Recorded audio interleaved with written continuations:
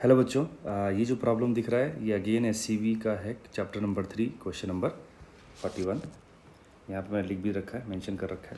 Question पहले क्या बोल रहा है हम पढ़ते, देन देखते हैं उसका क्या सॉल्यूशन हो सकता है। A boy standing on a long rail road car throws a ball straight upward. The car is moving on the horizontal road with an acceleration of 1 meter per second square, and the projection velocity in the vertical direction is 9.8 meter per second.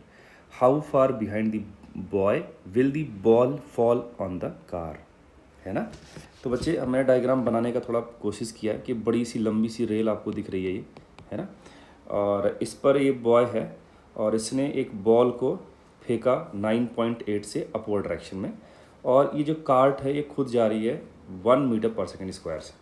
ठीक है, तो पहले आप मुझे ये बताइए कि ये जो बॉल है ना, बॉल एयर में कितनी देर तक रहेगी।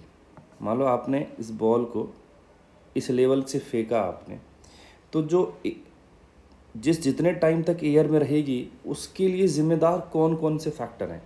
पहला तो ये कि किस स्पीड से आपने इसको ऊपर फेंका है, दूसरा ये कि वर्टिकल डायरेक्शन में कोई एक्सेलरेशन काम कर रहा है या नहीं कर रहा है। तो यस, डेफिनेटली यहाँ पे ग्रेविटी काम कर रही होगी। मैं ग्रेविटी को जो कांस्टेंट मान के चल रहा हूँ, और जो जी है वो 9.8 लेना होगा, 9.8 मीटर पर सेकेंड स्क्वायर। ठीक है, तो बच्चे ये बॉल जो है ऊपर जाएगी और वापस घूम के नीचे आएगी, है ना, ऐसा। अगर मैंने हॉरिजॉन्टल डायरेक्शन में कोई मोशन नहीं दिया है तो, ठीक है, ध्यान सुनना मेरी बात। अभी मैं ये सिर्फ और सिर्फ इस बात में इंटरेस्टेड हूँ कि कितनी देर तक ये हवा में रहेगा। तो वर्टिकल कंपोनेंट्स जो हैं वही लोग डिसाइड करेंगे कि टाइम ऑफ फ्लाइट क्या होगा बेसिकली इसका, सही है। हॉरिजॉन्टल कंपोनेंट जो है वो डिसाइड नहीं करेगा एक्सेलरेशन का कि टाइम ऑफ फ्लाइट कितना होने वाला, ठीक है।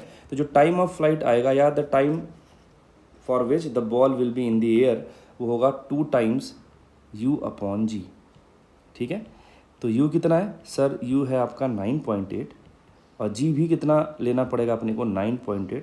तो बच्चे हमारे पास ये निकल के आ गया कि this ball will be in the air for 2 second. Same level पे आने में उसको 2 सेकेंड लगेगी, है ना। इतने देर में ये जो कार्ट है, ये कार्ट का ये जो पोजीशन है वो कितना आगे बढ़ जाएगा। तो कार्ट यूनिफॉर्म एक्सेलरेशन से जा रही है ना। तो अगर मैं कार्ट का इनिशियल स्पीड 0 मानता हूँ, इसका u0 मैं 0 मानता हूँ, तो ये कितनी टाइम में या इसी 2 सेकंड में कितना आगे जाएगी, उसके लिए मैं ये देखूँगा कि सेकंड इक्वेशन लग जाएगा यहाँ पे हॉरिजॉन्टल मोशन के लिए, है ना, फॉर कार्ट, फॉर या रेल, जो भी बोलो आप, है ना। तो लिखोगे s is equal to u t plus half a t square, this term will be 0, half of a कितना है 1, t कितना लेना पड़ेगा आपको 2, क्योंकि हमसे बोला ना कि उतने देर में या फिर ये कितना आगे चला जाएगा, या ये जो बॉय था, बॉय से कितना पीछे बॉल जाएगी, है ना। बॉय तो यहीं पर था इस जगह पे, बॉय तो इस रेल का हिस्सा था, उससे अटैच था। तो जितना जो डिस्टेंस है ये पॉइंट आगे जाएगा टी सेकंड में, उतना बॉय भी इसके साथ आगे जाएगा। लेकिन बॉल तो क्या करना है, बॉल में कोई हॉरिजॉन्टल कंपोनेंट था नहीं, तो बॉल अगर ग्राउंड के रेस्पेक्ट से कोई देखेगा तो उसको तो वहीं नज़र आएगा, लेकिन ये वाला पॉइंट खुद क्या हो जाएगा, शिफ्ट हो जाएगा, है ना।